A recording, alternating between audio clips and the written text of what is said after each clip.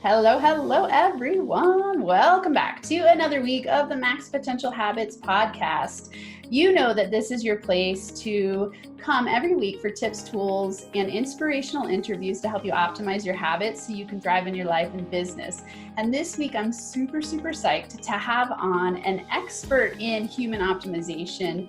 And he comes from a perspective of looking at the masculine and the feminine dynamics of how to optimize yourself. He does a lot of work in the relationship world.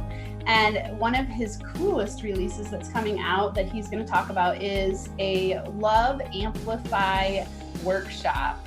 Sounds like it's going to be amazing. I'm sure he'll tell us a whole bunch about it. Just to give you a little bit of background on him, he's been immersed in deep men's empowerment work and the exploration of intimate and sacred relationships. He blends Eastern and Western methodologies and philosophies. He promotes balance, union, and power in life and love. You can all see why I wanted to have him on. When I went to look at his Instagram, I think I found him through LinkedIn, and I went to look at his Instagram and I was like, oh yeah, just gobbling it up. All the things that we talk about here on Max Potential Habits. He has videos talking about how to own that you're enough, things to stop doing in relationships, ways to empower yourself, conquering your inner demons, all these awesome things that align and resonate so much with what we all love here. And so welcome to the show today, Stefanos. Oh, I'm going to say it wrong. Actually, I'm looking at two different things. Sinfandos. Thank you so much for being here. Thanks for having me. Appreciate it. Yeah, so give us some background. I'd love to hear how you got into the world of looking at masculine, feminine, human optimization. I think it's such a powerful conversation that needs to be had, and I would love to know how you got there.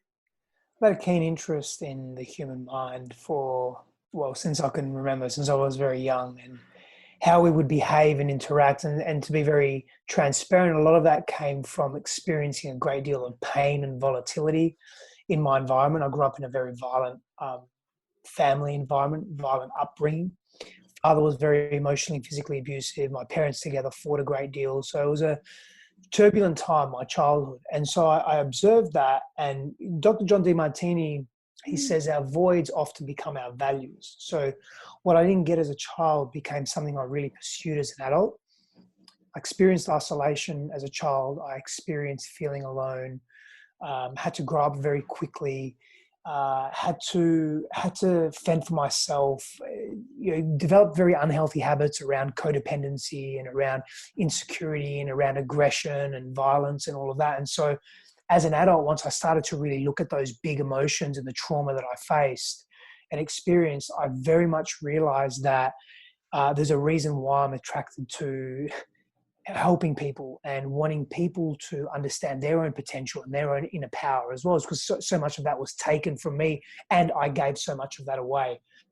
And so when I realized that there's a way through that and there's a way to actually regain our power and our sense of self in a genuine, healthy way that doesn't compromise our integrity and our relationships with others, but rather enhances our communication and our presence and our relationships, then it was very difficult for me to not want to share that with others. See, I'd wanted to do that from a very young age. In fact, when I was younger, I had a dream to be the UN Secretary General, because I had some idea that that particular organization was one that would feed the starving and eradicate poverty and all of these things. That I didn't experience starvation or poverty. Well, poverty, yes, per se, but not starvation.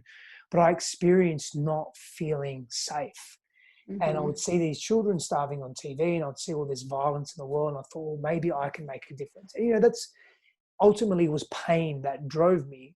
But as I started to sift through that and really clear up my past and move through those big feelings and forgive and go through my own internal processes, it became very natural and organic for me to then be that in the world, but from a more empowered place. Again, I've been in the personal growth space for 15 plus years. However, I haven't really embraced it until I really started doing my deeper work, not just tinkering on the edges and dipping a toe in and coming out because it got too much. I mean, that's probably about 6 to 7 years ago. Okay. Wow. Okay. This is so fascinating to me that you started with DeMartini. I'm a trained facilitator in his method and values determination. Like, he's the reason that I am where I am today. So I've done his work. He's Yeah, an that's so interesting guy. I think cool. he's undervalued in today's society. Oh, absolutely. I think that he doesn't appeal to the mainstream in the same way like someone like Tony Robbins or something Correct. does, just because he goes really deep and you got to be ready to dive super, super deep into that part. Yeah. You know, when you said you've been in the space for 15 years and then about 6 or 7 years ago, you decided to dig even deeper. Tell Mm. us what does that practically look like? What was the difference or the shift for you or where you went to go even deeper? The difference was commitment and clarity and commitment and just walking that path. Whereas before I would be involved in different businesses that would start, that would stop. I'd have massive income one month, nothing for a few months. You know, so I was just trying to fill the gap. I was really chasing the next dopamine hit, whether it was business, entrepreneurship, whether it was sex compulsion or love compulsion or various other addictions and numbing practices, and really was just not grounded. And I was very scattered in my energetic, in my communication. I was very scattered in how I presented in the world. I was indecisive and I was uncertain within my own self. And I was inconsistent in my behavior and inconsistent in my decision making and my choices. And so what it looked like was, I'm very clear that this is the path that I want to take. This is the business that I want to build. This is the service that I want to provide the world. And more importantly, I want to continue to grow within myself. And this is the area that I feel I need to be in to best serve that. What was there a pivotal moment for you that had you shift Mm. into decisiveness to make that commitment? There was a series of pivotal moments, but the catalyst was a relationship that I was in that it unraveled itself because I was unfaithful in that relationship and I wasn't being authentic and in integrity in that relationship. And she found that out. And that was a series of events that unfolded that allowed me to make choices around, okay, who do I want to be? Where is this behavior coming from? What am I not looking at? What do I need to go deeper into? And I had, spiritual arrogance. I thought I'd done so much deep work, yet I was behaving in ways that was completely not in alignment with who I was portraying to be and who I really wanted to be. So I had to go into that trauma. And so that was the catalyst. And then I had support, but I spent a lot of time in solitude as well, purposefully, not in isolation, but solitude to really unpack myself and become less self-reliant. But I also had support from professionals, shamans, spiritual guides, energy healers, psychologists, counselors, schooled in various modalities that I was also simultaneously learning and formally educating myself as well. And again, that spiritual arrogance, because I've got a degree and I've got a background in psychology and social psychology, behavioral science, and I thought, well, I know it all. I know everything. Why is this happening? It must be not me. It must be something else. It must be my environment. It must be their fault. It's their fault. It's not my fault. I'm not responsible. It's their responsibility. And so I had to go through those ego deaths and dealing with the shame and the letting go of the arrogance around that as well. And that was a process in and of itself, but a very fruitful one and one that I'm very grateful to have taken. Wow, so powerful. I've never heard the term spiritual arrogance, and I really value it. I think it's interesting because I have a similar background. I have psychology, PhD in sociology, and I did research at Institute of Behavioral Sciences. So there's all this knowledge you can have, but what's common knowledge isn't often put into practice, right? So we can have all this information and have a history where we go, oh, I've learned so much, but if we don't implement it and actually practice it and really dive deep, it can be easy to blame other people or to look at like, oh, well, I know what I'm doing. And, you're not quite sure what you're doing. So, I think about that a lot of times as spiritual bypass too, like that idea of where you can kind of bypass the deeper inner work by using strategies that we know of. And so, I love, thanks for sharing, because I think it's really important for people to know there's layers to me and levels of depth, where you can go, okay, I'm into personal growth and development. You can go to a workshop and learn something, but does that mean you put it into practice and actually shift your whole life and reality around it? That's another level. I'm curious for you in those 6 years, you said, where you've been practicing personal growth and development for the last 15 years, and then you made that decision based on the relationship transformation or that, that you said a series of pivots. what was it for you? What have you noticed the difference between the 15 years and the 6 years where you really got serious and started to drop, you said ego deaths and letting go of shame and spiritual arrogance? What have you noticed differently now about yourself and who you're showing up as? Yeah, well, to clarify, just for those that may not know what this is, but the ego death is really it's now a detachment and maybe a reassociation with how we identified with the world. So I identified with this title and this status and making this much money and this demographic and so forth. Like, whilst I haven't changed my gender as an example of my demographic, I've changed the way I relate in terms of what my values are, what my hierarchy of values are, what's important to me, and how I then live that. What's noticeably different is my willingness and my ability to go into these big emotions and take responsibility for any anger that I'm feeling, any shame that I'm feeling, any fears that are arising, as opposed to numbing them again with whether it be sex or pornography or work or alcohol or watching excessive television or hyper socialization.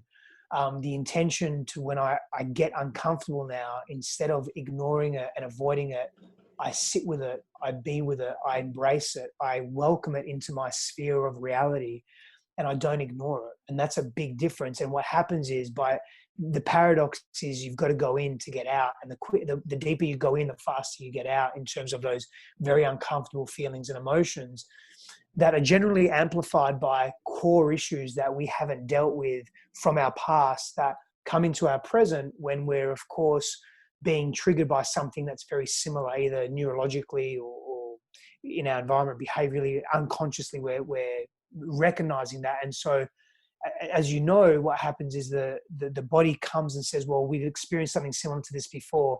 I'm going to flood you with every memory or emotional feeling that you've had in the past to make sure you really stay away from this, because it's too much to deal with. And in the past, I would just do that, push it away and run the other way. Whereas now I welcome those feelings and I feel safe in those feelings. So I don't have to avoid them and I can deal with them. And what I'm doing is I'm clearing old stuff, but I'm also learning new healthy coping strategies, as opposed to the ones that I developed in childhood, which were all about, hey, you're literally about to die, you have to do this. I'm not in those situations now, but my brain body thinks it is. So it's about undoing all that. So I get to undo all that, which makes me more present in my relationships. I take out less on others, and instead of projecting on others and blaming others and being abrasive with others, I get to be calmer and get to be a more genuine version of myself that isn't so volatile and inconsistent, but rather consistent in how I show up.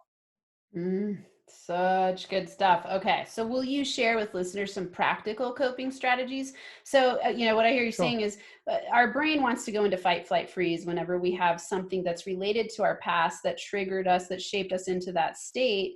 And it's meant to protect us, but our brain doesn't know the difference between what's real and what's not real in the current moment. So we've actually got to develop new strategies to be able to be present in this moment.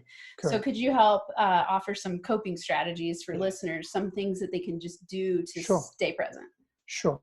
And just be very clear as well, this isn't just for those that are in intimate relationship or romantic partnership. This is for those that are entrepreneurs, that experience volatility on a day-to-day basis, business people, individuals in business and large companies as well. It's important that we don't react and that we are able to respond in life as often as we can, because those decisions will be more empowering, as opposed to coming from a place of survival, which often throws, pardon the expression, but throws the baby out with the bathwater. And we need to do that. And so some practical tips, we want a physiological state change is important. So whatever you can do to do that.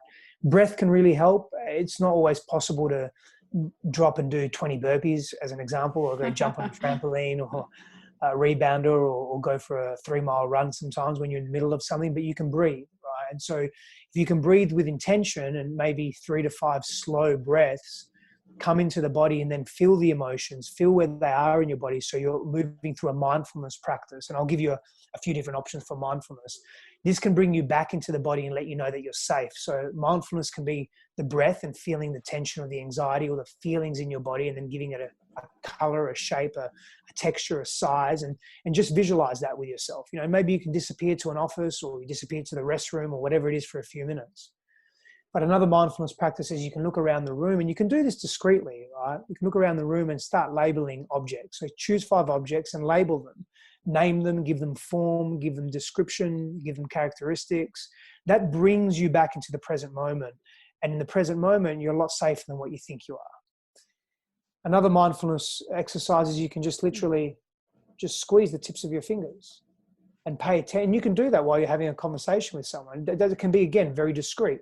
And that can bring you back into the body. You can also ask the question, what would love do now? Internally ask the question, what would love do now? Because would love really react? Would love be angry and aggressive? Would love blame and shame? No, love wouldn't do that. Love doesn't do that. You can ask another question. It doesn't have to be what would love do now. It could be, what's in the highest good for me right here and right now? What is the highest good for this situation right here and right now?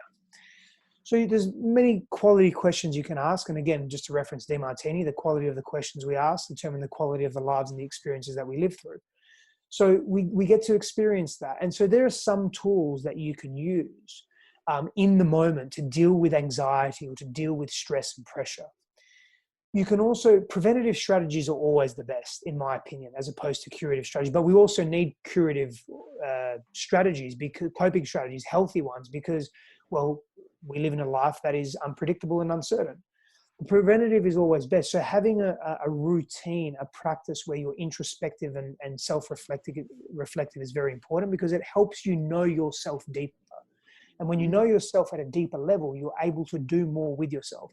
An example of that could literally be 5 to 10 minutes every evening. Just spend some time in stillness and silence reflecting on your day. Maybe it's some journaling, or maybe it's just thinking about your day. How was my day? Did I show up in the way that I really wanted to? That conversation I had, was I really in integrity? Was I attentive to my beloved earlier this afternoon when she was expressing something that was really painful to her? I got a little bit of aggressive this morning with my eldest child. Could I have done that differently? Just reflecting. And that practice of introspection, it deepens our connection to ourselves. We get to know ourselves more, so we're not confronted with so much unknown. And that feels safer, and we become less reactive, more responsive, and stop blaming others so much as well, which just causes distance in relationship. Powerful, powerful stuff. Thank you so much. And everyone listening, I mean, rewind that and listen again. I so agree. You know, it's that mindfulness practice. I think sometimes when people hear the word mindfulness, they aren't quite sure. You know, it's like, we all know that means being present in the moment, but how do you have practical strategies to do it? And I think it's the easiest one sometimes. Like, okay, let's actually just sit and breathe. Like, just breathe. Breathe. That has changed my life. I mean, I used to be a big time flighter. You know, when I would get upset, I would want to flight, just run away as fast as possible. And it was through counseling. She said, you know, just go get a glass of water, take 3 to 5 breaths, and then see where you're at. And it changed my life, you know, just changed the whole structure around the way that the relationship conversations would go. And I think you're so right. It's not just in relationship. It's in your relationship to yourself. It's in the way that we build our business. It could be an email that you get that causes you to go into that mode, and you just sit and breathe with it for a few minutes and get mindful and ask yourself, what would love do now? I love those questions you said. What's the highest good for this situation? What would love do now? Those are really powerful questions. Yeah. Let's talk a little bit about the masculine feminine. I know that that's an area of expertise for you. So share with us some of your thoughts around masculine feminine and human potential, or the way that you think about human optimization in that realm. Yeah. So masculine and feminine dynamic or energetics are an expressive state or states that exist within every human being. It's the yin yang, it's alpha omega, it's Shiva Shakti. It's just a way to understand the world in polarity. And it's really 2 sides of the same coin. Now, masculine and feminine is not solely connected to gender. So in other words, masculinity as an expressive energetic, and I'll give a conceptual example, but I'll also give some pragmatic examples, isn't only associated with men or males. However, and vice versa, likewise for females and the feminine. However, there is a strong correlation to gender, but it's not exclusive to gender. We can't throw out the baby with the bathwater. We are biological beings. We have evolved over millions of years. And masculinity and femininity is a combination of sexual and attraction dynamics, based in biology and hormones, based in gender, based in culture, based in conditioning. It's based in a number of different areas of who we are as humans.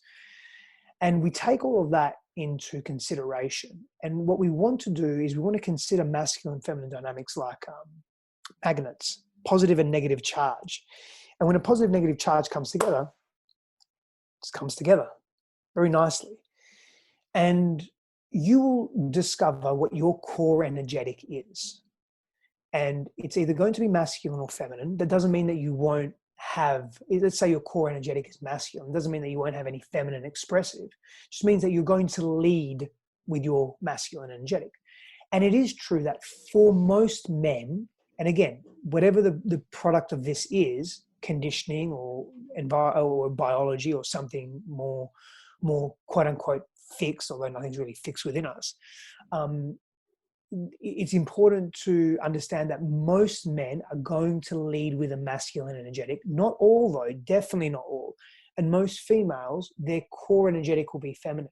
However, we're not always going to lead with that. We're not always going to be confident in leading with that or whatever our core energetic is. And again, for various reasons, childhood trauma, family values, cultural values, media, how we've been sexualized, our relationship to our sexuality and sex itself, our relationship to our own sense of self, so our self-worth, many, many factors that influence this. But essentially from a conceptual point of view, masculinity is an active energy. It's an activating energy. This won't mean too much right now, but I'll give some examples. It's a leading energy. It is a doing energy. It is a go energy, and it is more of an exclusive energy. So for example, in business, you can have a CEO of a company, and if they have a masculine energetic where they're leading with a more masculine energetic in the company, that would be that they're more exclusive in their leadership style. That means that they're going to make decisions more than likely without really consulting others. Whereas the feminine energetic is more inclusive. And so if you have a leader or a CEO of a company, as an example, and they have an inclusive style of leadership or an inclusive feminine energetic with how they lead, they're going to collaborate. They're going to call more regular meetings. They're going to ask the opinions of their C-suite, other C-suite executives and their senior management. They're going to get more people involved. Neither is wrong or right in terms of the management style. However, one will be more effective or efficient depending on all the circumstances that are connected to that. So there's a real tangible example. I'll give you another one in relationships. The masculine energetic, the feminine wants to be led. The masculine wants to lead naturally. The masculine wants to be the hero of everyone's life that is in their life, right? That doesn't mean that if you're a female with a core energetic of feminine, that you want the man, you're a damsel in distress and you want the man to make all the decisions for you. Not at all. Let's get away from that, not archaic, but it's a redundant form of thinking. It's not about that. We're talking about energetics. Basically, every woman that I work with, when they say to me, I don't even have to ask them, they say to me, I wish my man would lead more. I wish the man in my life would make more decisions. I wish he would just decide where we go on a date. And that's a chief complaint, because when we're looking at society, we're seeing men that are becoming hyper-feminized. That doesn't mean that they're turning into females. Let me be very clear on that. It means that their energetic is becoming more and more feminine. And for some women, in fact, many women, that doesn't feel in alignment. It doesn't feel quote unquote natural. That's a funny word to use that word. It's an interesting word to use that word, natural. And so again, it doesn't mean that that woman wants the man to make all the decisions. Definitely not. It means that the energy that is coming from, she wants him to be decisive. She wants him to be self-reliant. She wants him to be present. She wants him to be reliable. Now, when we're able to make decisions and we have clarity and we're confident in ourselves, it denotes all of these things. Now, these things are deeply connected to attraction dynamics and to our biological unconscious functioning. So the way our genes basically operate in order to attract mates. So there's two main pools in our humanity. There's the procreation part and there's the bonding part. And they're both quite different and they both serve different purposes. And the procreation part, again, deeply vested in the substructures of our brain, in the oldest parts of our brain. And it can be really difficult to switch that off. And we don't necessarily want to switch it off, but we want to understand it. And we want to understand the importance of pair bonding and role and bonding, emotional bonding as well, and the role that plays. So we're driven by so many unconscious factors. I don't want to go down too many rabbit holes because it can get very confusing. But there are some examples of masculine and feminine dynamics. So awesome. So I my specialty was in gender. And so I taught sex, gender, and society for a lot of years at the University of Colorado Boulder. So I love these conversations. And I really was challenged at first when I met John DeMartini, because he would talk about how there needed to be how equality would not lead to sexual attraction, because there needed to be about a 70-30 divide, where there's that masculine, feminine pull. And I struggled with that at first. And as I've done this work and as I've, leaned more into it, I'm like, oh, I see it over and over again, that what you're saying, it's like it's not that a man is 100% masculine and a woman is 100% feminine. It could be reversed, but and it doesn't mean that equality doesn't necessarily mean that each person is 50-50, meeting each other, or 100-100 in a relationship, right? But there's those I love that you use the word energetics behind it, the core energetics. And thinking about how it lies along a spectrum, and that you can really play with some of that. And it shows up in the way that you relate to your friends, your partners, your colleagues, your team, your kids. It's a really powerful force. And I don't think enough people talk about that part of reality. It's like, No. Yeah, I would love, what you're saying to me is really interesting and important. What do you think if people are noticing, because you said one of the common issues is for women to say, I want my man to be more decisive. What does that practically look like for you? And even in, let's say, a lot of people listening are entrepreneurs and business owners. How does that play out in the business setting? And what can people do to strengthen their energetics for the team or for their business? Yeah, so I want to come back to something. This is a very interesting point, equality. Equality is a very interesting word, right? And so equality, we're not equal. You're as a female and as a male, your hormonal profile is, I don't want to say completely different, but different, noticeably different enough. We're not equal. Our brains are a little different in the way we function. Our bodies are different. Our cultural conditioning is different. I think the issue is that we don't celebrate the difference. That's the issue, that we are threatened by the difference, and mainly men are threatened by the difference. And I think I have a theory around, I'm not the first to say this, but I think it's an unconscious complex we have, that it's not a jealousy, it's a less than, that we can't give birth.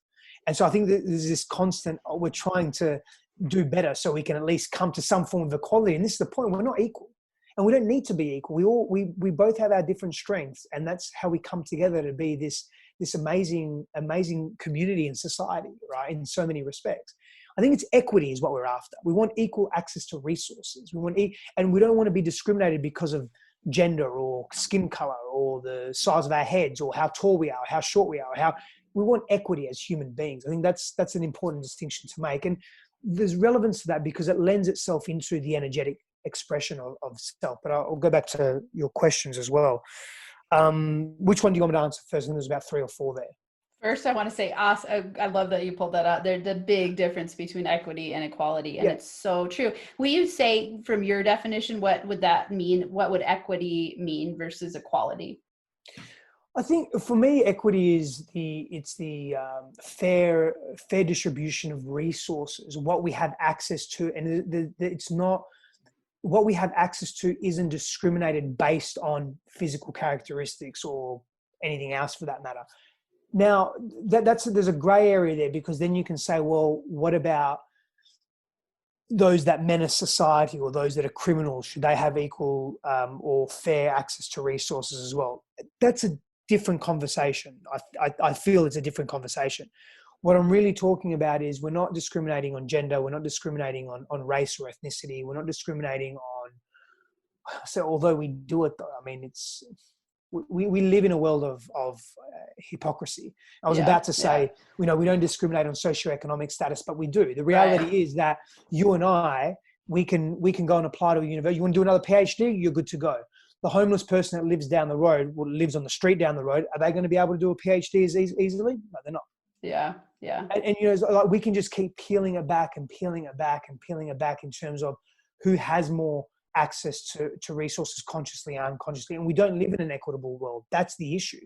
We don't live in an equitable world for many reasons. I think that's a rabbit hole. I don't know if you want to go down. I'm happy to go anywhere. I mean, it's funny because my sociologist comes out sometimes. I'm like, oh, let's dive deep into this conversation. I think, I always like to bring practical, I love to go deep and nerd out in our areas that we love, and then also bring practical tips and strategies. So I don't know what equality is. I don't know if equality exists. I think the fantasy of it people talk about, right? But it's like, people, if you're not in the same starting point, how can you create equality? You've got to create equal access, and you've got to create different stepping blocks. We're not in the start at the moment as societies, because we've created a rod for our own back because of how we've discriminated in the past, invested in essentially fear of the unknown, fear of someone being different.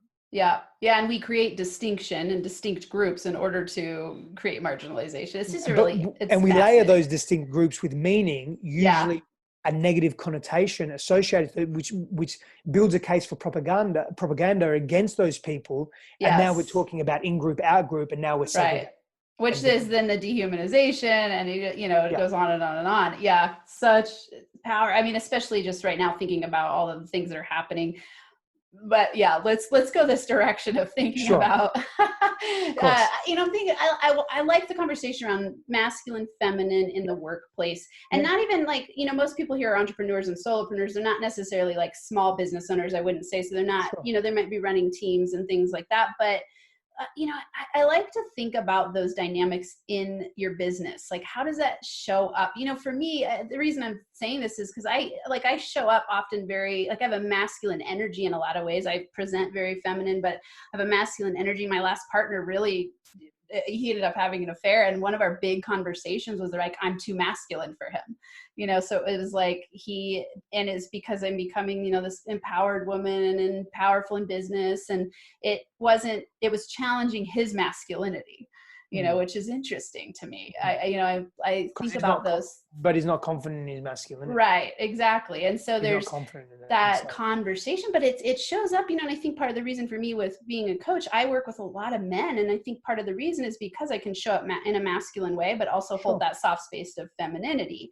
And so I sometimes think about how to balance that out, so I don't know where that conversation wants to go, but it's playful to me and interesting. Yeah, sure. So let's use an example of a female that is a CEO of a company or runs her own business, is very successful outwardly and inwardly. She's very satisfied with what she's achieved and what she's achieving. Again, goal orientation, achievement, these are masculine energetics, right? Completion energy, setting a task, completing a university degree, that's a completion. It's a masculine style of relating in the world, right? Yeah. It's an active energy, whereas the feminine energy is a more passive energy. Again, that doesn't mean that you're being meek or weak as an individual that is in your feminine energy. Sometimes we have to be passive. It actually serves us to be passive. And passivity doesn't mean that we are becoming complacent. It doesn't mean that we are becoming what's that word?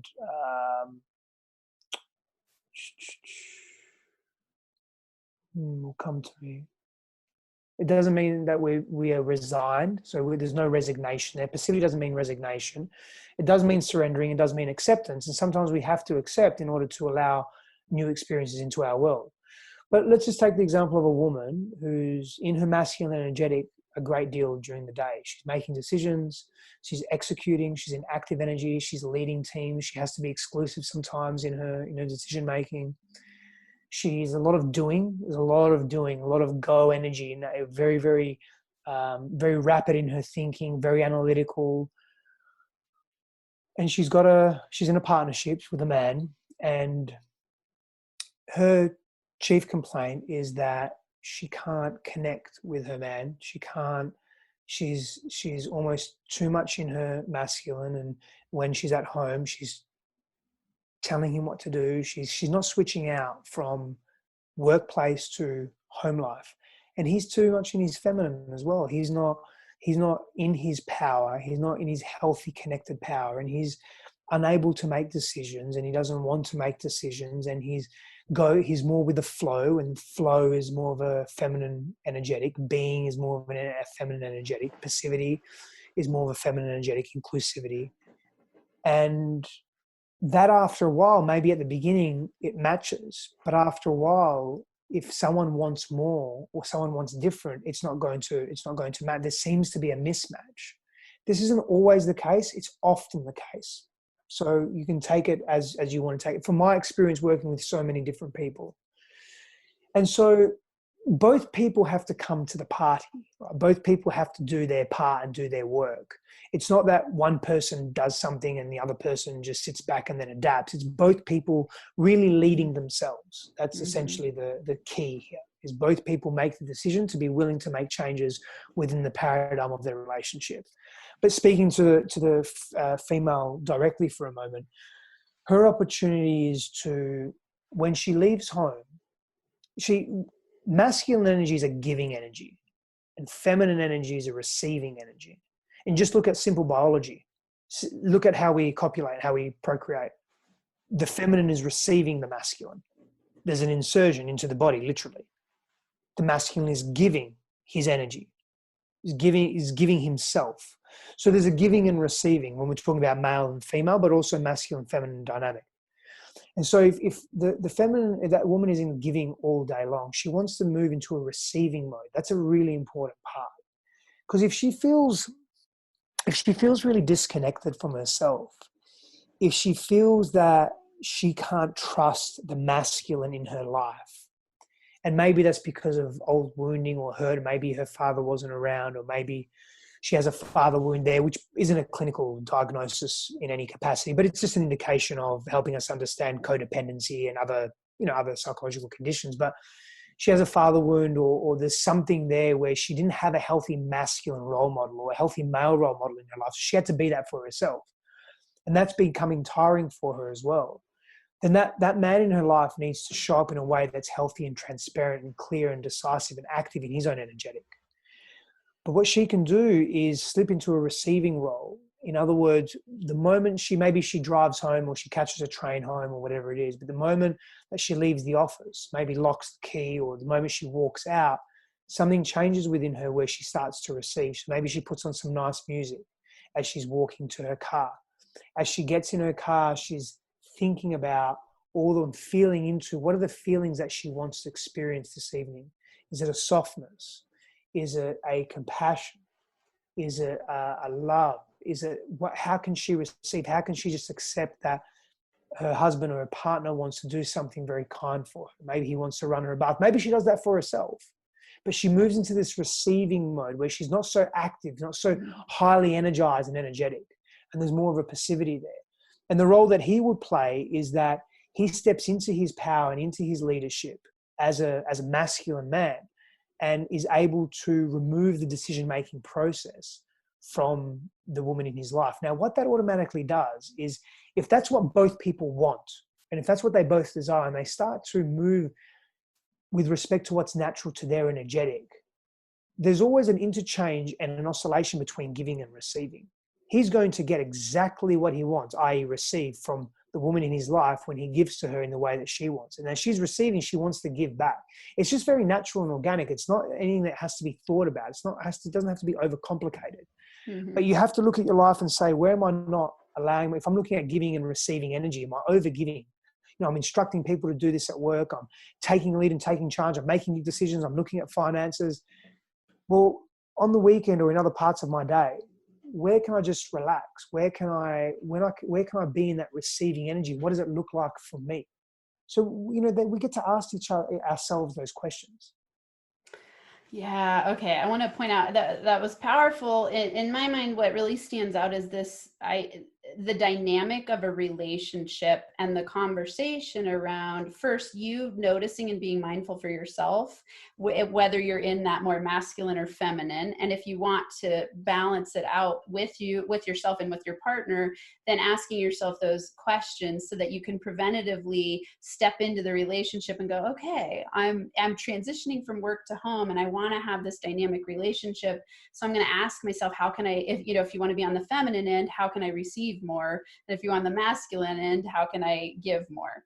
And then that decisiveness shows up for him, and and any whatever gender you are, even, right? It's just playing out that masculine, feminine playfulness and dynamic together through the conversation and setting the context for it. That's powerful stuff.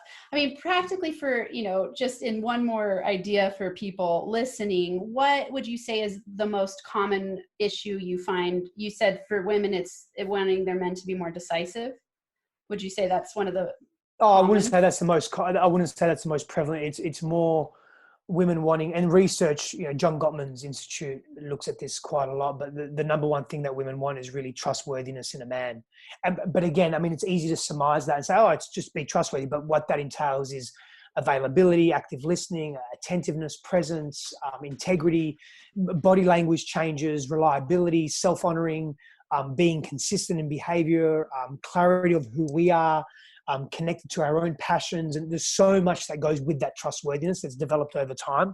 That is the most common thing. And another thing is that men aren't doing their inner work. Men aren't doing that. They're not looking at themselves, which of course someone's truth is true. And that's also changing. That's a little bit of an old ideal that's still permeating today's world. That's not necessarily completely accurate, because I work with men, hundreds of men at a time, where there are a lot of men that the men's movement is uprising and they're doing deep work. That's I really noticed that as well. Men really want to step up and step in and lean in and connect. And, it's, I think that, socialization wise, we've got this new era of men that are going like, okay, I want to have an amazing relationship. I want to be an amazing person. How do I show up powerfully? And I think women want that. Yeah. And so, okay. So then for women, so you were saying that for men, what about for men, what they want of women? I'm thinking about most listeners are in some sort of relationship, and this is also applicable to any type of relationship, but if you're in an intimate partnership, what would you say are some of the most common things for men wanting from women that they're looking for? So what the research shows is that men want two things. They want to not have conflict, an argument, and they want more sex. Now, this is females and males. Females generally want more sex than men, actually, again, from an evolutionary perspective, from what's happening hormonally, procreation wise. But when men are really saying they want more sex, they really want to be acknowledged. They want to be validated. They want to be respected and appreciated. They want to be seen. Now, these are universal needs. They're not exclusive to men. However, it's very prominent in men, that acknowledgement, validation, appreciation, and acceptance for who we are. We don't want to be judged on our past. We don't want to be blamed for who we've been in the past. We want to be appreciated for who we are. We want to be loved for who we are. So there's a lot of that. And that's what really men do want. And we all have to work on that. We all have to do our part to meet each other where we're at. And what happens is if we all make the commitment, and this is in business as well, like if we all make the commitment to give and to really just give from a wholehearted place, a loving place, if we make that commitment, we can't not receive. We have to receive. It's just by default we're receiving, because if you're giving and the other person's committed to giving, then you're going to get something. And if we focus on giving and the quality of giving, we're filling people's cups. And if they feel full, they're going to be able to give abundantly from their overflow. And that goes for the same for you. And so, we get stuck in this scarcity mentality. Mm-hmm. However, there's great value in giving, and there's an abundance of giving that we have ability to step into.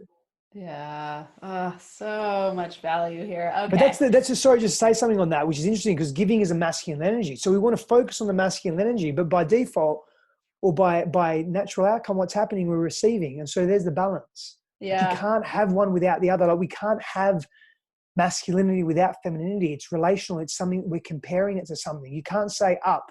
Up. What does up mean? It's up relative to down or lower. It's contrast, and we grow and learn through contrast. So we need masculinity. So if masculinity is toxic, guess what? So is femininity. If masculinity is healthy, guess what? So is femininity. Because you can't have one without the other. Because even if you're comparing healthy masculinity to toxic masculinity or unhealthy healthy, that's great. But that's a subcategory. The category is masculinity. Masculinity has a reference point of femininity and vice versa. Yeah. So we need each other. We've got to stop moving out of this. It's not separation. It's polarity. It's two sides of the same coin, two sides of the same thing. Yeah. I mean, it's DeMartini's definition of love, right? The synthesis and synchronicity of complementary opposites. So it's this idea of that I think of it as shadow work too. You know, it's like you can't have masculinity be devoid of anything because it is all part and parcel of masculinity, right? So those toxic parts create the healthy parts and vice versa. It's like, how do you play with that energy? How do you become empowered where you're embracing it all and showing up in a powerful way so that you can optimize yourself? So many good conversations. I could talk to you for hours. Let's see this. What would you say are your top 3 max potential habits that got you where you are today? Willingness is definitely one of them. It's underestimated. In my opinion, it's an underestimated tool that we can utilize. Willingness to go into the discomfort, willingness to look at the stuff that is sometimes very difficult for us to look at. So willingness is very important. My breath practice is a habit. I'm a breathwork facilitator as well, but it's a habit that has saved me, and not only saved me, but has enhanced my life.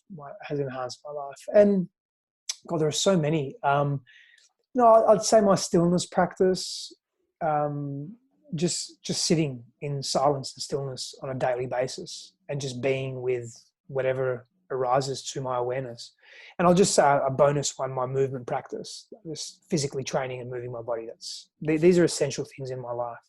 Awesome. Thank you. Those are great. Okay. I know people are going to want to check you out. Tell us kind of the variety of options to work with you and learn more about how to work with masculine, feminine dynamics. And, you were talking about human optimization, relationships, trauma, childhood wounding, all of those kind of things. Where can people find you and what do you offer?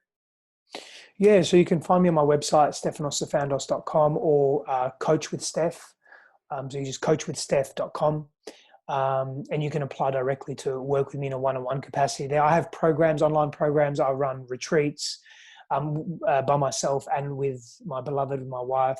We have an amazing retreat in end of September in Austin, Texas, called Love Amplified. It's a 5-day workshop, 5-day retreat, and that's exciting. It's really about enhancing your own connection to self, that self-love practice, that connection to either a higher power or a higher purpose, and your connection to the key relationships in your life, and how can you optimize all of those. So we really go deep into that in the 5 days.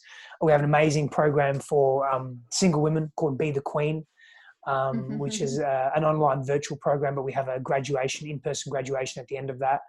We're about to start, we're obviously shooting earlier now, but we're about to start ours May the 5th.